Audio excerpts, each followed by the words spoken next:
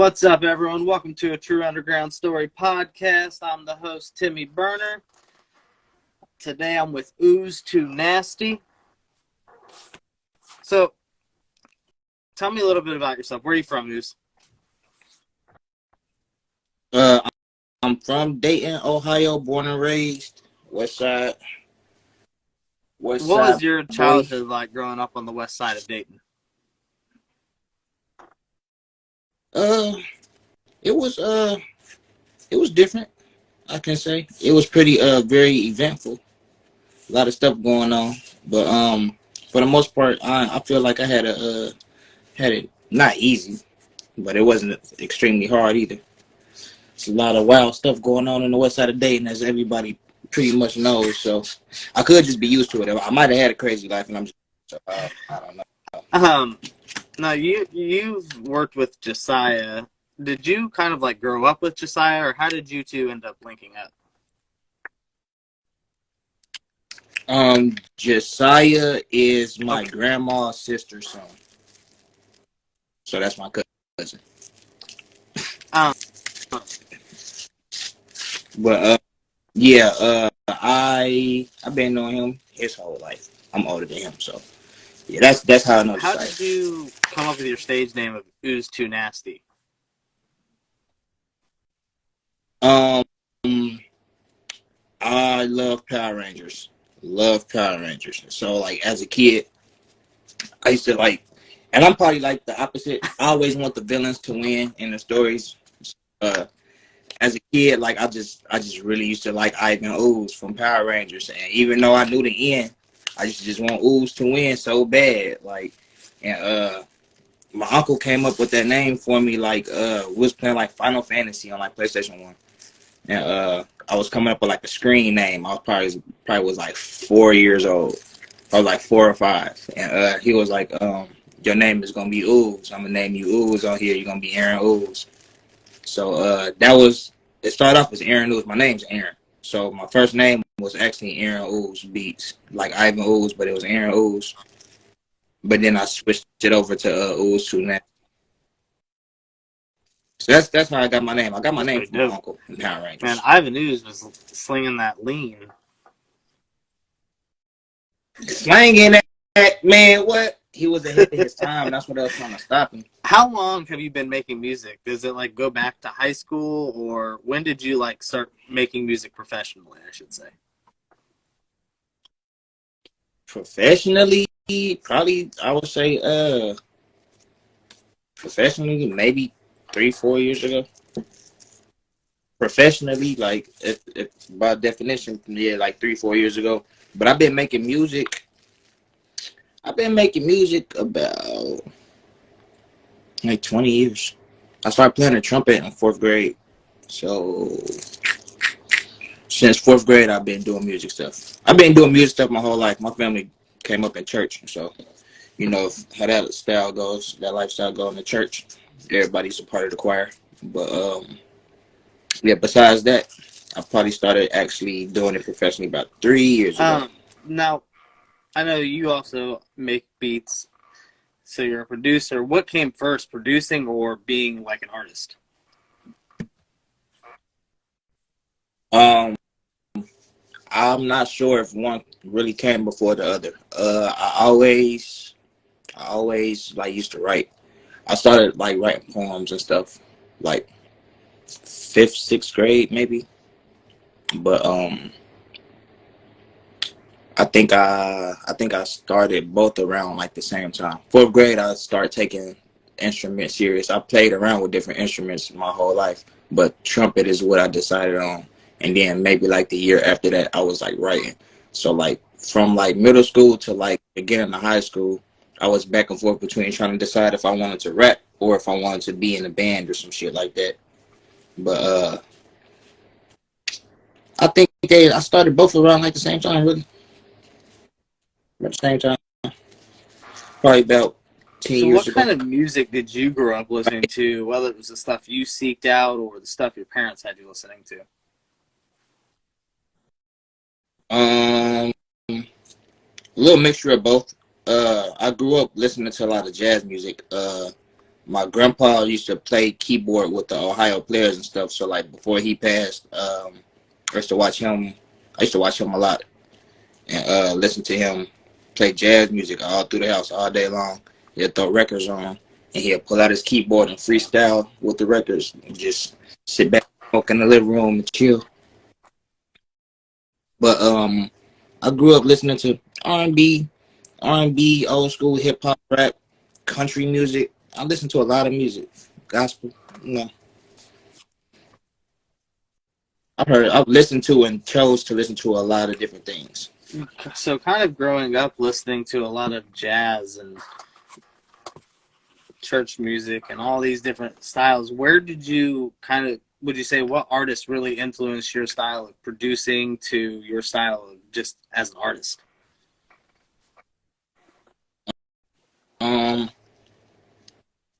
that's a good question. It's a lot of people that I feel like kind of inspired me. Uh, I feel like early on I took a lot of my style was like southern hip hop trap based, like Zaytoven, Metro Boomin's, Honorable C.N.O.T.E type stuff.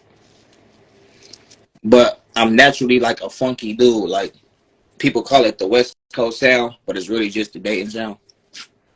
That Yeah. funky quote unquote West Coast type of type of feel. Um, make a lot of music like that. Uh, but I'm not sure which one really influenced me the most. A lot of people say I sound like some things, but I don't think it's really more of an influence. I think it's just what's really going on in my head. I listen to so much music, so it's really hard to say which one influenced me more so than the other, and why and how I make my music. So I really couldn't Now, a pinpoint few it. years ago, you got to meet Kanye when he came through Dayton. What was that experience like for you, Hmm. getting to meet somebody like someone like Kanye? It was I thought I thought meeting him was gonna be like weird. I thought he was gonna be like a weird person. Like I've met like famous people before. Sometimes they be strange individuals, but like contrary to what you see on like media and stuff, like he's a very well spoken person. Like he's calm, cool, collected dude. I sat and talked to him for about like 20 minutes, like just much of not gonna say nothing, but I had a human conversation with him. Like it wasn't like no weird clout chasing type situation. Like he really liked us. So that was cool. That was pretty damn cool. If you could cop a feature from like any mainstream artist to work with and not have to worry about paying for the feature, who would be an artist that you want to work with down the line one day? Future, Future or Gucci. Them always them been some of my two favorites. If I could Future, Gucci, or fucking like Sauce Walker. If I can get Sauce Walker, yeah, I know. He is Sauce is different. different. Oh, I fuck with dude. He remind me like a mixture of like me and me. I feel like me and Sauce Walker Dude, he's make a just banger. a funny individual too, it seems like. Yeah. And I feel like the vibe would be all the way there. He seemed like a goofy a power, like he like shit like that too. So, what would you say has been the hardest thing for you as an artist? Um Hardest thing probably just having those days trying to just stay motivated for real. It's a lot of stuff. It's a lot of different things, but I'll probably just say like keeping a level head, because like just doing anything in general for real, like you compare yourself to like a lot of people, like whether it's intentional or not. So um you might have those days where like you like feel like, oh, I'm not far as the next person, or I'm not where I feel like I should be, but it's just about keeping a level head and just rolling with the punches. It's all about the journey at the end of the day, not the destination. So if you can enjoy the journey, then the destination To will be way sweeter. counter that, what would you say has been the most rewarding for you as an artist? Actually seeing something that you like visualize in your head come to fruition, like before your eyes.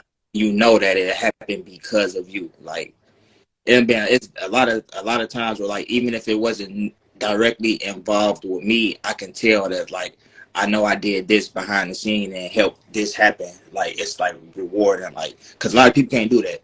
That's a lot of people that can't maneuver through the stuff that I maneuver through and make it work for them how they need it to work. So that's probably one of the biggest rewarding things that I like to do. I'm so, you got a lighter? Somewhere in this motherfucker, I got one. Yeah, with me. Let's go. Show y'all the studio. Shit looks nice. Thank you, thank you, thank you. Where would you say you draw inspiration from for you? A lot of my friends, actually. I bounce off a lot of ideas with other people. Uh, I'm never the one to say that, like, I come up with all like my ideas and like projects completely by myself. I like to work with other people. A lot of stuff I do by myself, but I really pull a whole lot of inspiration from, like, just like my peers. A lot of people that I know personally, like, make really good music. So I like to dabble and bounce around like that. I think one of the most like influential people, like one of the people that like really make me want to rap, is probably like Rax in the Rental. Rax in the Rental, the way his brain worked is just different. The first time I actually like linked up with him, we made 4 songs, and like it was like midnight. I sent him a beat pack, and he messaged me back like, he's like, these beats cool, but you don't never want to make no music with me. You don't like me for real. So I'm like, oh, nah, that's cap. I'm about to come get you and pick him up. At like midnight, we left the studio at like 5 in the morning with songs made, with like 4 songs made, beats and everything. Like, I made all the beats and everything. Yeah, Rax is different. Like, just the way he comes up with shit in his brain is crazy to me, especially for his age. Yeah, dude really did. Yeah, dude was crazy. Um, if you could get to work with any producer someday, who would be like a key producer that you hope that you get to work with, whether it's collaborating, producing a track, or getting to work on a track? So now I actually had that happen. It was honorable C.N.O.T.E. Honorable C.N.O.T.E is like one of my favorite. Like, he's top tier. Like, honorable C.N.O.T.E one. I can remember vividly getting off of work one day when that Migos No Label 2 dropped and that Freak No More played, and the 808 and that piano just hit so hard in my brother's car system with them speakers, bro. I dropped a tear. Like, ever since that day, I'm like, that's what, like, I was making beats then, but like I wasn't taking it serious. Like, I just was good at making the beats, so I would make beats for people that cost me $20. I'll make them a beat or some shit. But I heard that beat, and I'm like, nah, I gotta get better at this. Like, this beat too fucking hard. Oh my god. Like, and then went on tour with Jasiah. Honorable C.N.O.T.E loves Jasiah. It's like his little buddy, you feel me? So when we touched down in Atlanta, he invited us to his house. And we made a beat. Me, Jasiah, Honorable C.N.O.T E cooked up a whole song and a beat. Shit's fire. Like, it was crazy. Like, 30 floors up, penthouse in Atlanta. Like, you look out the window looking at clouds and shit, and he got all these synths and Moogs everywhere, speakers and shit. Like, big ass. His whole house is just like a big studio. It was hard. So I actually got the link with my favorite producer. I actually do that. So I actually did it. Um, Next on the list is Zaytoven and probably Metro. and Zaytoven be putting in a lot of work.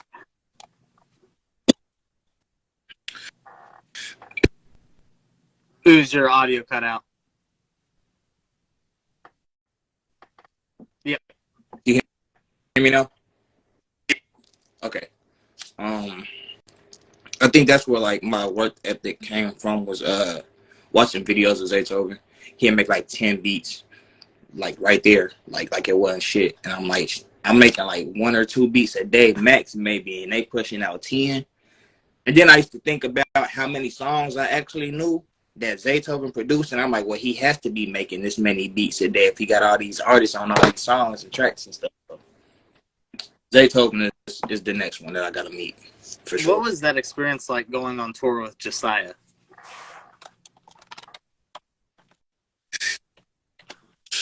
It was crazy.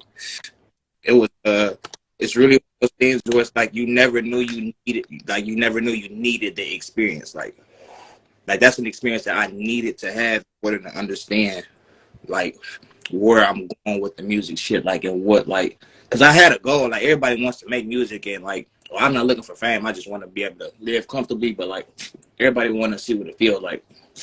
I got to see what it feels like. And it was crazy, bro. Long nights, no sleep because we've been up drinking and then got to drive 30 hours. We drove 30 hours from Portland from Chicago to Portland and was just on the road freestyling and shit just the whole way. Going to places and people know who you are. Like people was knowing who I was, and I wasn't even on nobody's ballots, tickets, or nothing, just from being around him. And then people go look at you, and now you got people following you on, listening to your music, and oh, this is fire! Like where you been at forever? Like tour was crazy. Tour it was so much shit. It was just so much shit. I can't Did explain. you get to perform the Spin 2 times with him on tour? After tour? Spin 2 times came after tour. Yep, we made that I song know that song after. ended up getting reviewed on No Jumper. What was that experience like with the positive takes they had on the song?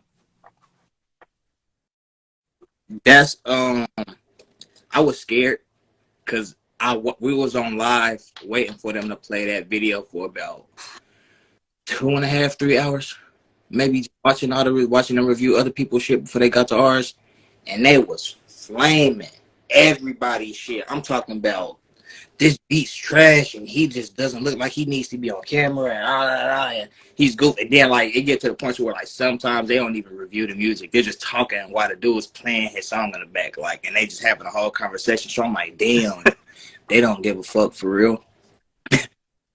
Soon as it come on, right? They're like, oh yeah. I'm like, oh, so they're like in the intro, the song haven't even played yet, so they get turned off for the intro to the video.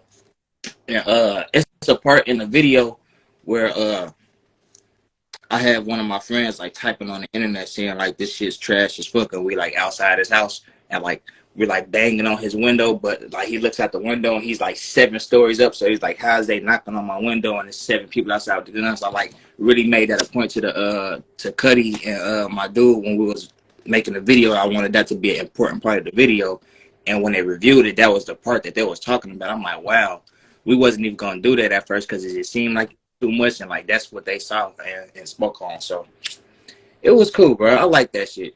I was excited as hell that like they really was enjoying that shit. Like they didn't say I Yeah. sounded like nobody else, other little weird shit. Like you feel me? I had my own individual experience with them, and they You liked it. mentioned Cuddy. Now, how did you two end up linking up? Because you guys just did another collaboration project together, and he does a lot of your videography work, correct? So, Yep. I met Cuddy. I met Cuddy growing up. I've been on Cuddy for like over 10 years.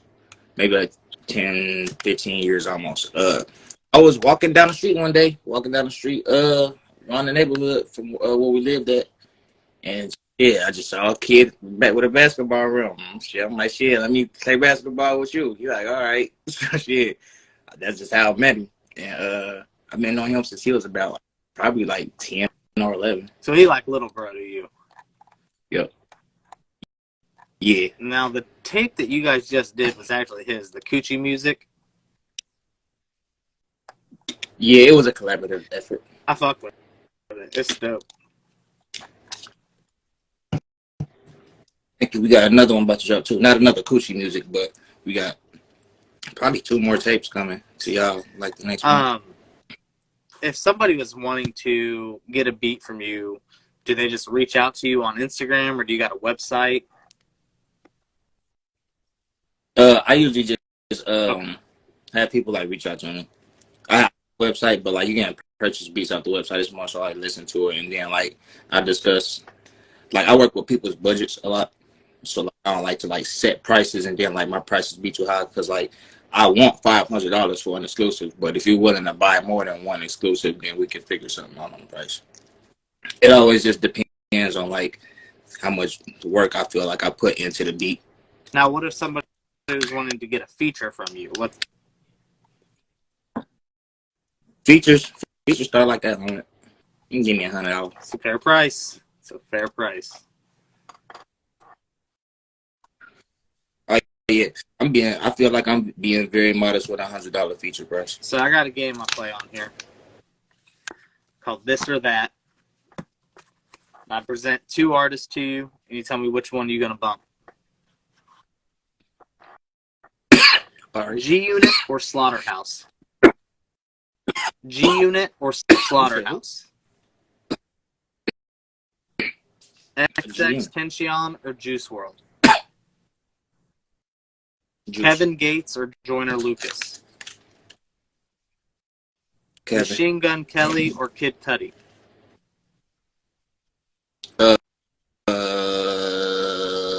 MGK. Wiz Khalifa or Young Thug?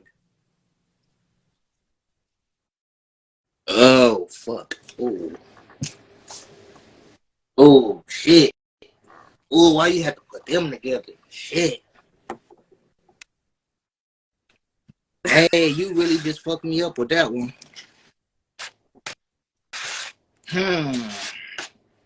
I'ma have to say Wiz, but I'm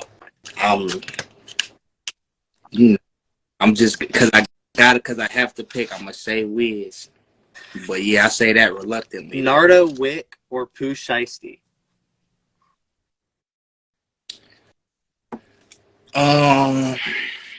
You just fucked me up again because that's okay. one where If like I don't ones fuck that with you either don't have like a personal taste on either, just pass.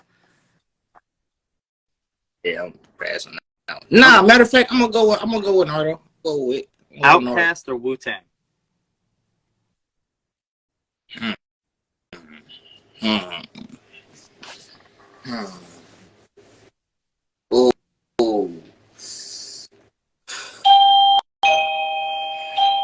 Let me get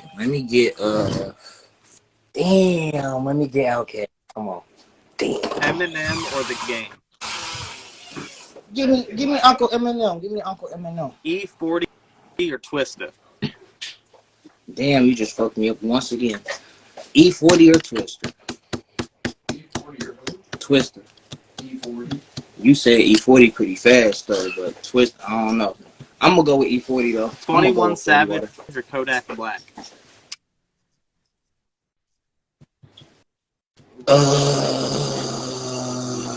Shit. That's one. That's another banger.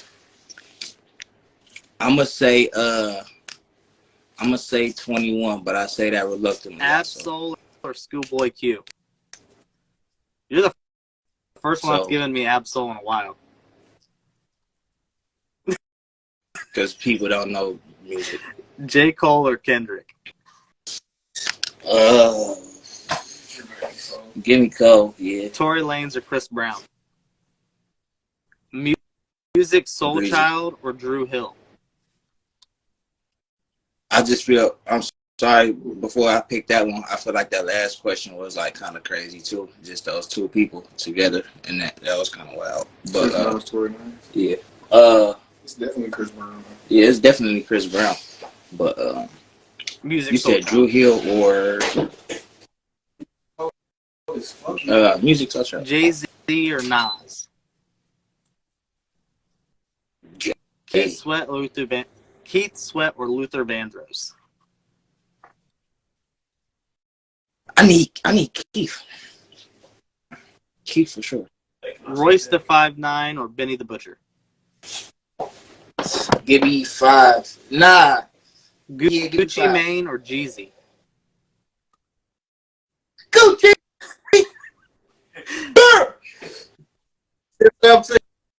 T.I. or Ludacris? Luda. Gunna or G Herbo?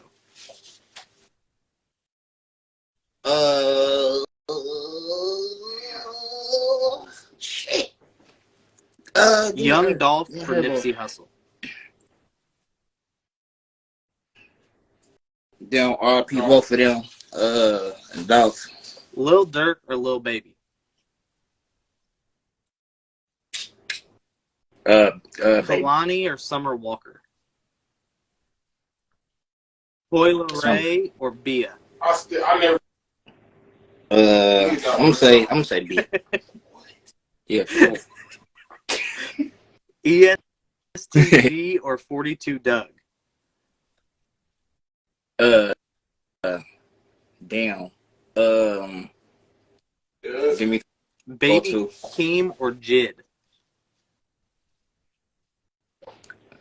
Uh, They're dropping some bangers though. But Baby King. I'm gonna go with I like Jib more than King though. That guy from my bitch legendary. Trippy Red or Sofago? Go with Jib. Trippy. Andre 3000 or Mos Def? 3,000.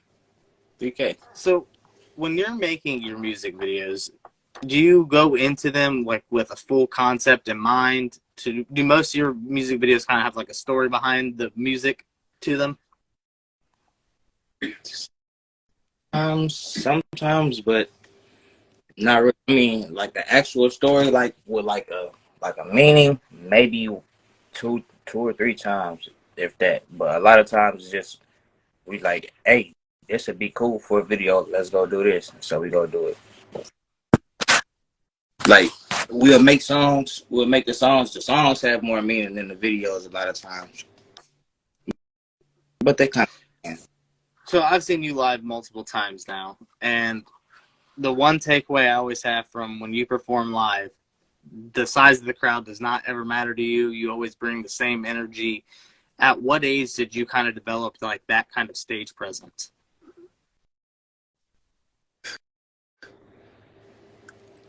I wouldn't even necessarily call it the stage presence.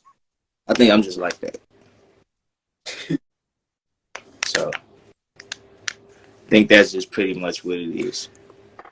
Earlier, you mentioned you've got 2 tapes with Cudi that'll drop sometime this year, and a lot of artists vault a lot of music. How many tracks, roughly, would you say you're sitting on? Oh, we have an exact number for that? We did at the beginning of the year, but How many have we dropped? how many songs are you sitting on? I'm sitting on. Like if you, I'm probably sitting whatever on you like attach to. 40, 50 maybe. But but that's just me. That's just me. Yeah, like between like beats you done made, like songs you got with other people, like all type of shit. Who knows? Lord knows. Yeah, it's gotta be upwards of like a couple dozen, like maybe like 60. A lot. Yeah. Wait, 60 Okay. plus 50. Yeah. Dang. Damn, I got a drop. You said it. A while back, you had posted on Facebook that back in the day, Blue Dream used to have people scared with how high they got. Do you feel like that still stands? Not to me anymore. I think weed that got way stronger since 2012. But I just feel like back then we so used to this weed now. Like I think back then it was just cause people really was smoking Reggie and fruit. They was calling it fruit. You feel me? Like it was like the high class Reggie. It was Reggie. Like and then the real that strong shit started coming around. I remember you was paying $10 for a half a G, like half a gram. It was high off your ass. Like because you were so used to that Reggie that when you smoke loud, was knocking you off. And then they start coming with the flavor.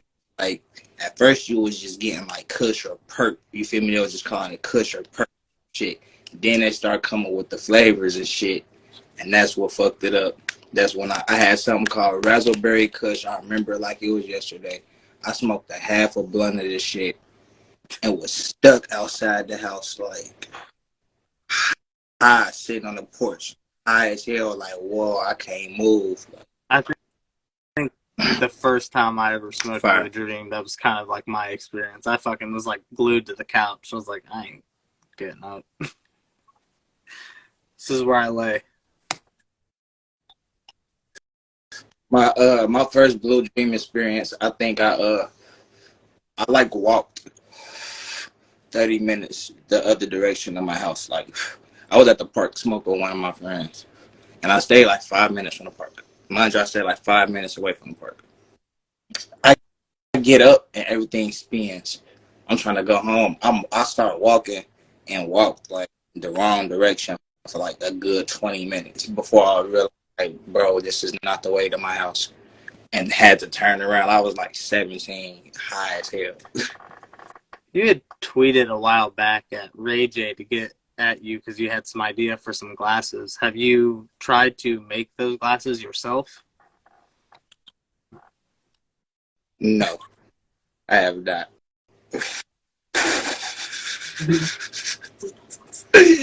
That's why I was like, hey, baby, hey. People keep saying I look like you. I got this idea, bro. I Let's do forgot something. that you had Be a posted stunt. that the other day too. That people keep saying you look like Ray J. There's not a lot of places I can go where people like don't call me Ray J, or don't look like him or something. Like it's crazy. So a while back, you were in Meech's music video for his Maroon 45 track. When you did that music video, did you anticipate it blowing up to the level that it did? Yeah. Is it kind of crazy to know that there's a music video with you in it that's sitting at like 500,000 views? Um, it is and it isn't. It's like wow, look at this, look what we did. But then it's like this is what we plan to do. So it's like you said, what's like one of those rewarding things. It's like knowing that you like could help to make something happen. Like that was one of those, like for sure. Like, thanks for letting me be a part of that shit, Nick. What would be some advice you'd give to younger you or a younger person wanting to go out and pursue making music?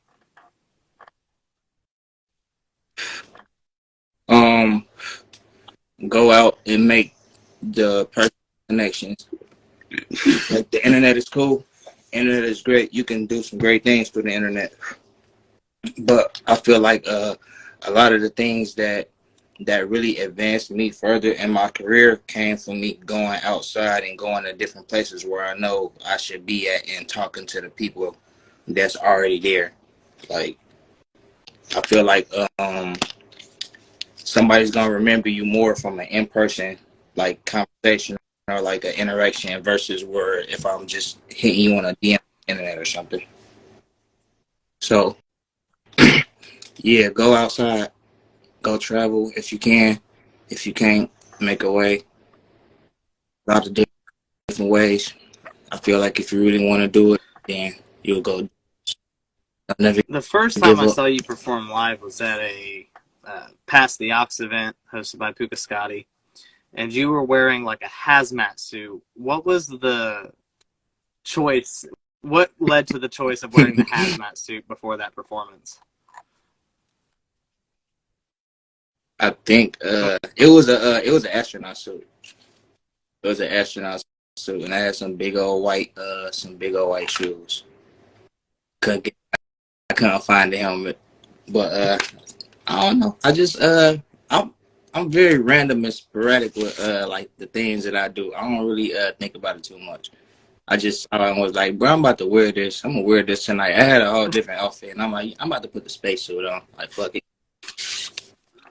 Earlier, you had said like you're not really in it to like have fame, but just to be able to live comfortably. Is that what you would say is your idea of making it in the music industry? I would say so, because there's a lot of famous people with no money. A whole lot of famous people with no money. So, What would be some change you want to see in your community there in Dayton, whether it's just in Dayton in general or in the hip hop scene?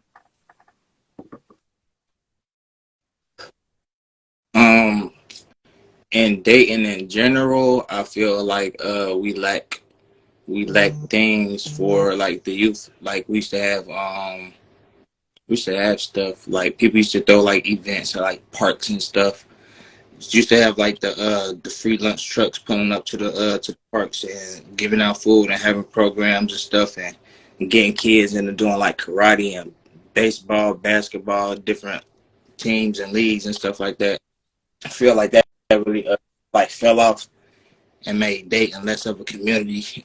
Like everybody's just living around here now. Like nobody's just doing nothing. But that I don't know how. I don't have an option. I don't have an idea on how I would change that. So I'll figure it out when I get more leeway. But that's one thing that I feel like could change. Because Dayton definitely is different from when I was growing up, and I like to change it somehow. But when I figure it out, I'll let you know in the next interview. Music scene, I think more of the artists just need to try to work together more. There's a lot of artists in Dayton that got fire music and got their own wave in different spots. Like, so I think like more so like other cities like uh, Cincinnati, Ohio, uh, Atlanta.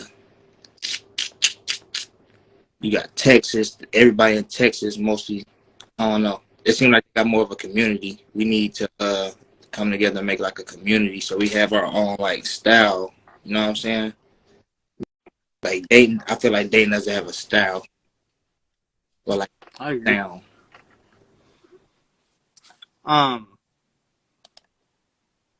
I feel like you kind of bridge that gap of like getting artists to like work together because you have like are probably one of the more known people I know because of your producing. There's like people that always tap in with you or know who you are, where it can be just an artist I know and be like, I don't know him, but if I mention you, most of them know who you are because of just you in general.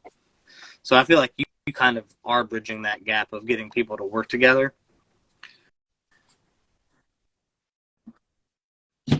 That's kind of what the goal is. At the end of the day, that's like one of the goals. So to kind of talk about your discography here, Okay. we'll start with Spin Two Times with Jasiah. What was the creative process behind that song?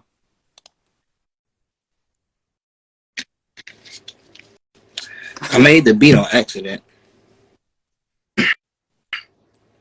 Um, it was a whole different beat than I like reversed it and did some a whole other different weird. And I had the mic sitting next to me, so I hooked the mic up, and I was freestyling. I was freestyling in the room for about like 30. Came up with the flow, then just just went in. Like I don't know. I think I looked over. I think I just had looked over at my gun. It was like we got Glocks and Zigs, and it just went from there. Then I dropped it, and then I sent it to Jasiah. Like, bro, listen to this. Tell me what you think about this. And he like, bro, what the fuck? This is fire. He like, it's an open on this. I'm like, yeah. So I sent it to him. He sent that bitch back quick. And I'm like, all right, bet. I think he sent that bitch back like later that day. He said, I got you. And then you dropped a tape right after that, the Finesse tape. Mm-hmm. Got quite a few features on here from 16, King Jala, Dirty Dale, Young Izo. What was the creative process behind this tape? Um,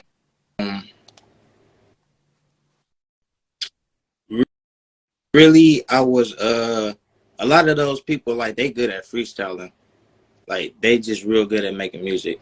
So most of those came from me actually just being at the crib or at the studio making beats, and they'd just be there and they'll get the bobbing, freestyle and say some shit, and it sound good, and I'm like, oh, okay, hold on, get on the mic, and I just recorded it, and that's how the songs happen. Then everybody bouncing off each other's energy, and it just flow like that. A lot of those songs were probably made like in an hour or so, like between me just making a beat or something, and then somebody like start to freestyle, and then they just get in the booth. So like the solo songs I got, those are like songs where it's like I just, when I'm making a beat, sometimes I just blank out and like I just get to thinking of shit. So I just make a song. A lot of my songs just come like spur of the moment for me just making a beat. I don't make a beat with the plan of making a song to it. Sometimes it just happens. So that's where my music comes from. But if it's like a feature song, then somebody was probably freestyling and I was like, all right, let's go do this. Then you followed that up with You Ain't Got No Bucks, which has a fucking amazing cover, man. The cover on that is hilarious. What was the creative process behind that track?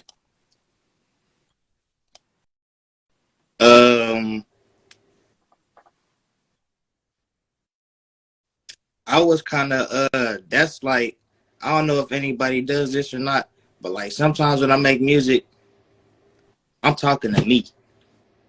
I'm not talking to nobody. Like I was talking to myself on that song. I was like, you ain't got no motherfucking bucks. You ain't got no money, boy, that sucks. Because I felt like I was broke. I wasn't broke, but I was like, just how I felt. Then you followed that up with a track with C.N.O.T.E, Bloom. What was the creative process behind that track?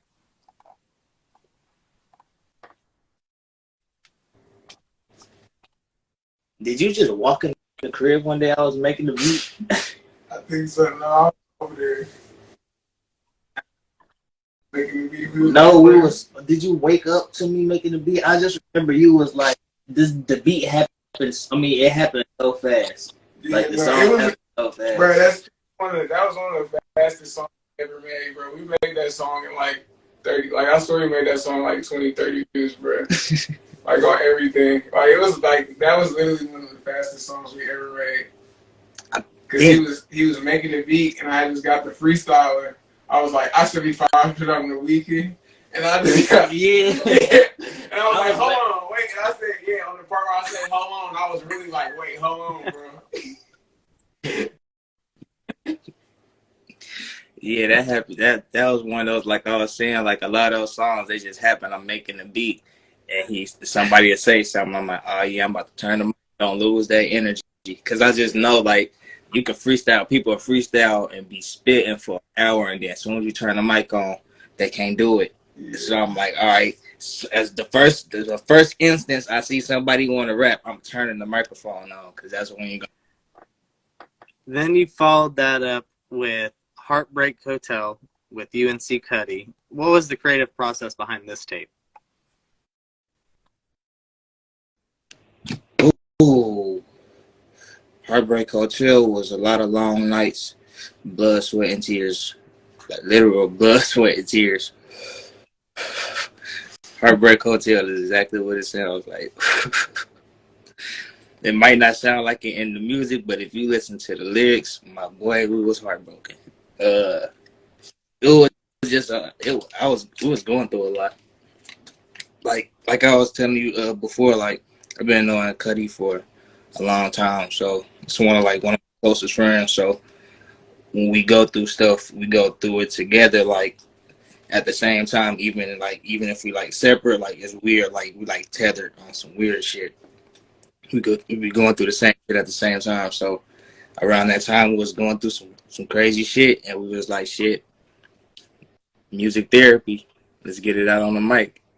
And the shit was sliding too hard. So it was sliding too hard. So we kept doing it. We locked in and did that shit. Like, how long did it take us to do that? Like 2 weeks. I think it took us like 2 weeks to record and like to like mix and do everything else. And like track and playlist and figure out how we was gonna order the track shit. Literally, like probably like 2-3 weekends. Yeah. That was another. That one wasn't spur of the moment. That one wasn't one that we just did. We kind of thought that one out a little bit. Then you followed that up with Shopping Cart. What was the creative process behind that track? I was sitting. I just got finished talking to one of my friends, and it was just some weird stuff going on, and in my head I was thinking like you going through a lot, like going through a lot right now, and that was I don't know. Shopping carts go through lots, you know. Shopping cart, you've been going through a lot. I can tell. My brain just come up with bars. That didn't really. A lot of the stuff I said in the song don't really mean much, but I like the beat and how it flowed. So, but that's where like the song came from. It was like somebody was going through something, so I was like, shit, let me talk about it. On YouTube, this is random. The social cast is where most of your music gets, like music videos go up on. What is the social cast? The social cast is it's a community effort. It's like a showcase of everything. Like it's not really just for like music. Like if you go on a social page, like it's a whole lot of other different stuff on there. It's more like a life vlog of like different stuff, like showing different angles and like viewpoints of different people's lives and like the social aura of different things, I guess you could say. Cause like I saw on there that you got beats on there. There's vlogs, so it's definitely a big mixture of content that's available on there. After Shopping Cart, you dropped Stop It. What was the creative process behind Stop It?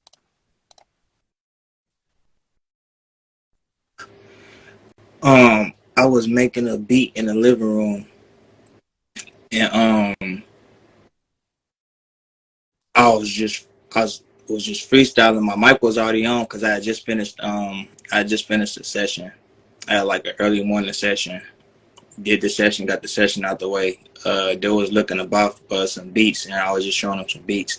And they ended up leaving, but I still had my computer set, so I'll start hitting keys on the piano, and I came up with the melody for the beat, dropped some drums on it, and freestyled into the mic. I don't even have the session for that because I made that song in like 15 minutes.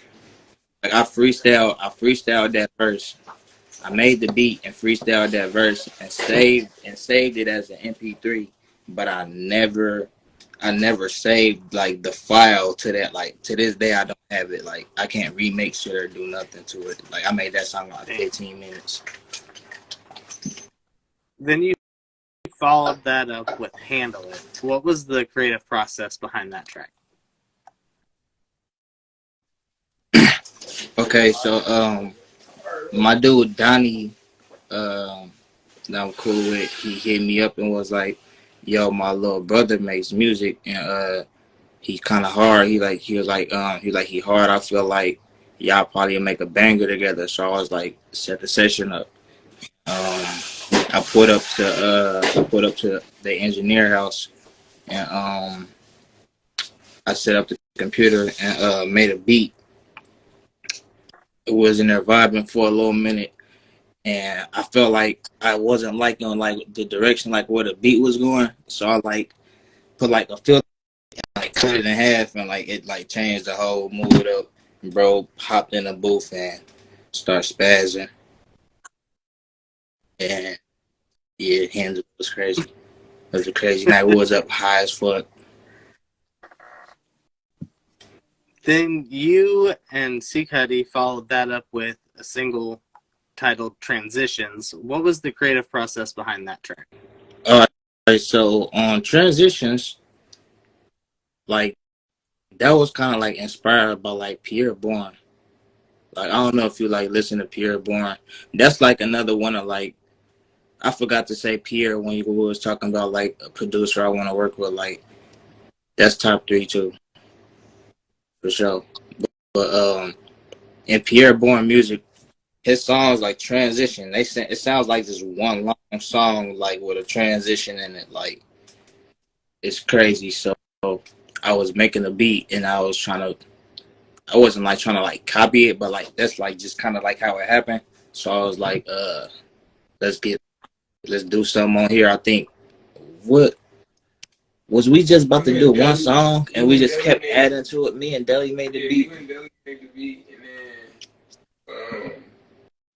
then we had to go somewhere. So he was like, well, we was making the song. He was like, well, I gotta bounce the song out because we had to go somewhere. So we bounced it out and we was listening to it in the car. It was like, bro, this shit slide. So then we came back. I was like, bro, just add a beat. I was like change the beat or some shit like that.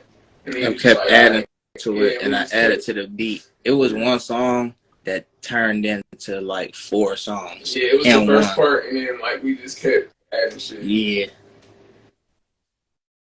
Transitions was like 5 different recording sessions. I was adding on to the beat every time. Every time we got finished with it, like, all right, it's done. Yeah, I think we was like, I think it's done. Yeah. And then now it's not done. We about to add another part to it. No, bro, I really think it was 2. I think we had the project open one time, and then we came back, and we was like, we opened the project back up, and we was like just fucking with it. Because I remember we was recording all night because Quan came downstairs, like, he was like, dang, y'all still up. Still up, forever making music. Yeah, that took a while. That was more of like I feel like a science project. That was less of me trying to like make a song, more so than it was like really just experimenting on what I could do with like my program and shit. I mean, doing transitions and tracks, man, is just a wild thing to do. But pays off in the end.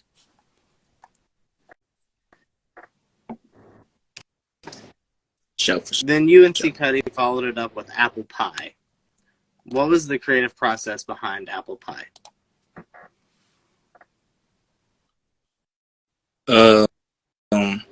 Once again, creating a beat.